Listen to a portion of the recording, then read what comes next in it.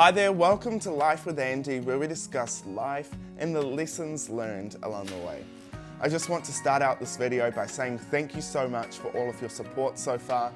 I'm really enjoying getting to know some of you who are watching, and just really thankful for all the kind comments and feedback that you're sharing. So thank you so much. Now, in today's video actually comes from a comment from a previous video asking to talk about self-doubt. And soon as I read this comment asking about this, I was so thankful, because I think it's such a relevant part of the human experience, and I have yet to meet an individual who doesn't struggle with self-doubt in some way, or hasn't struggled with it in the past.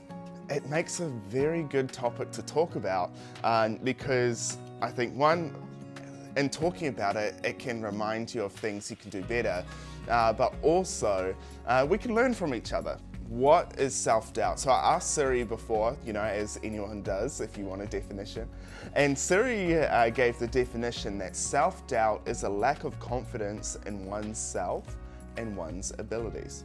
This self-doubt, or this lack of confidence in yourself, where does it come from? And in my experience, it can come from so many different places.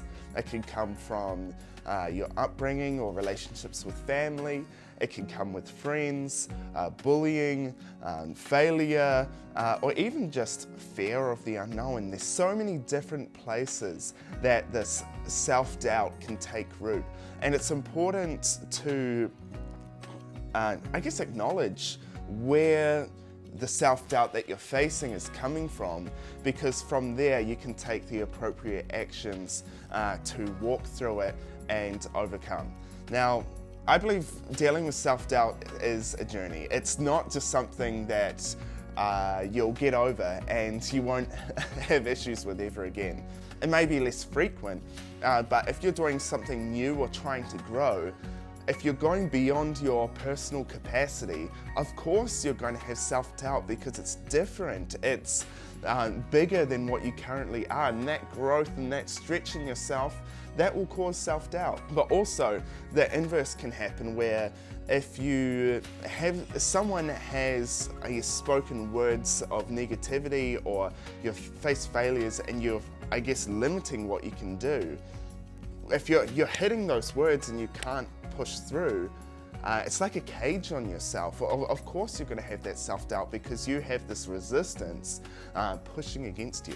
For me, in my personal experience, I've experienced self-doubt from a range of things, whether, just being real with you, whether it's as the younger sibling, seeing each of my brothers having amazing talents and gifts in certain ways, and just, wrestling with this doubt of, what's the thing I'm good at, or where's my place? And that's been a journey for me to walk through.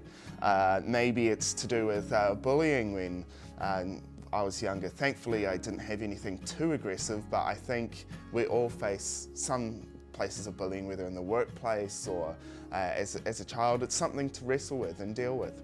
Failure. When you don't get a certain job you're looking for, where you try something, a new endeavor, and it completely falls through and it's public. Or doing the unknown. For me, doing the unknown, I remember I grew up in a suburban area, reasonably far away from the city, and even the concept of working in a corporate job was so foreign to me. It was so unknown. I had so much self-doubt that, could I actually do that type of thing? When looking back, it's so, it's a bit silly at the time. But if something's unknown, of course you're going to face that self-doubt, because you don't know if you're capable of it.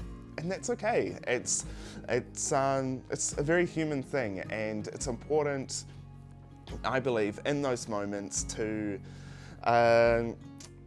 consider the foundation that you've built on your life. Now, for me, I was reminded of this after the end of a 5-year relationship I had.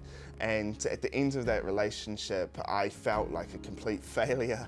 And I had a lot of negativity spoken over me by my ex. And that was really difficult to deal with because I felt like that so many things I had tried to build over those 5 years were completely destroyed.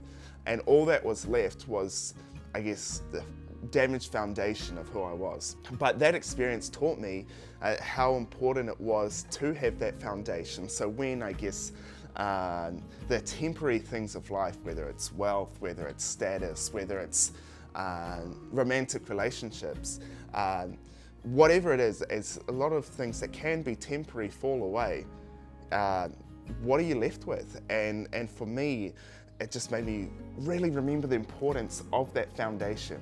And for me, what did that foundation look like? That foundation for me was my faith, and I found that I guess my belief in God, relationship with God really helped me personally.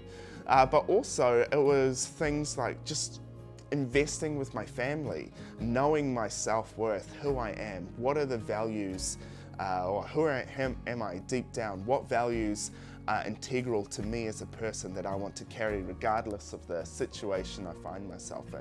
And it's also, I guess, how you enact those values too. For me, I want to live a life of integrity. I want to be someone who cares for others. I want to be someone who's continually striving to grow. And I guess in having those values, then you can start to build a vision for yourself that is in line with who you are. So when the challenges of life come and when you face self-doubt, you have a foundation or a vision that you can come back to that encourages you to take that step. I just want to remind you, it's important to know who you are and what you want to grow into. And if you take a step at a time, you can actually grow into a much, I say better version of you, but I like to change actually. You can grow into the full potential of you, because sometimes there is such a struggle between acknowledging who you are at a moment, but also recognize that we as human beings have the ability to grow into something different than we are now. If you look back in your life, I'm sure the you as a 5-year-old child versus the you where you are now watching this video is different. I think for those of us who have a driver's license, that's such a reminder for me about, I guess, self-doubt in my life. I remember when I first started driving, I was so petrified of driving. I was, you know, everything's a threat, you know, so full of anxiety, didn't trust myself. But the thing is, that self-doubt started to evaporate or fall away as I gained skill and experience driving. But it's also having the advice and the encouragement of a driving instructor, you know, acknowledging when I'm doing things well, that, you know, if I follow the process, if I keep practicing, keep driving, that I'll get to a point where driving's second nature, where now if I'm driving, anxiety is the last thing on the mind, or self-doubt is on my mind. Of course I want to be safe in driving, I'm aware of the risks, but I'm confident, I'm assured in my own ability to drive. That leads to building confidence. I think once you take time to work at your self-doubt, the next thing you need to do is to start building confidence in yourself. And this confidence, it can be different in different areas. So what I mean by that is, you could be a great artist, but you may be petrified at talking to people. And in one area, you could be very confident in your ability. You can know that I can paint this thing really well, or I'm really good with my hands, I'm a great cook, whatever skill you have. But in the other area, you may be completely lacking confidence because you haven't taken the time to do that thing or to learn how to do it. Confidence is built gradually. It's like a brick wall. You know, confidence, I find each time I do something or learn, it's like I'm adding a brick to the wall for that area of confidence. And I just want to, I guess, encourage you, if you're lacking confidence in one area, take some time to think about yourself and try think, what is one area that I'm confident in? And it could be something simple as gaming. You might be great at Modern Warfare or Mario Kart or Fortnite, whatever. If that's the only thing you can hold on to, great, that's a start. It's proof to you that you can build confidence in an area. And how did you build that confidence there? It's by engaging with it, by trying it, and it's being okay with the process. So I want to encourage you that if you are dealing with self-doubt, and this is coming from someone who's had a lot of experience dealing with it, that self-doubt is something you can manage and confidence is something you can build. So take a step, try something new. It might not look like how you want it to look straight away, but that's absolutely okay. You'll find if you take incremental progress, if you look back at yourself in a year, 2 years, 5 years, you'll be amazed at how far you've come. And that's how many things work in life. It's things don't always happen instantaneously. It's a process.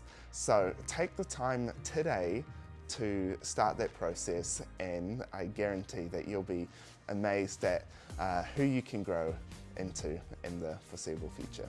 Now, if you do have any other topics you'd like me to talk about, please let me know in the comments, but I'd love to hear from you. How do you deal with self-doubt? I know it's not something I deal with alone, but I'd love to hear from you. How do you deal with self-doubt, and what are some ways that you build confidence in your own life? Thank you so much for watching. I'll see you next time. Peace!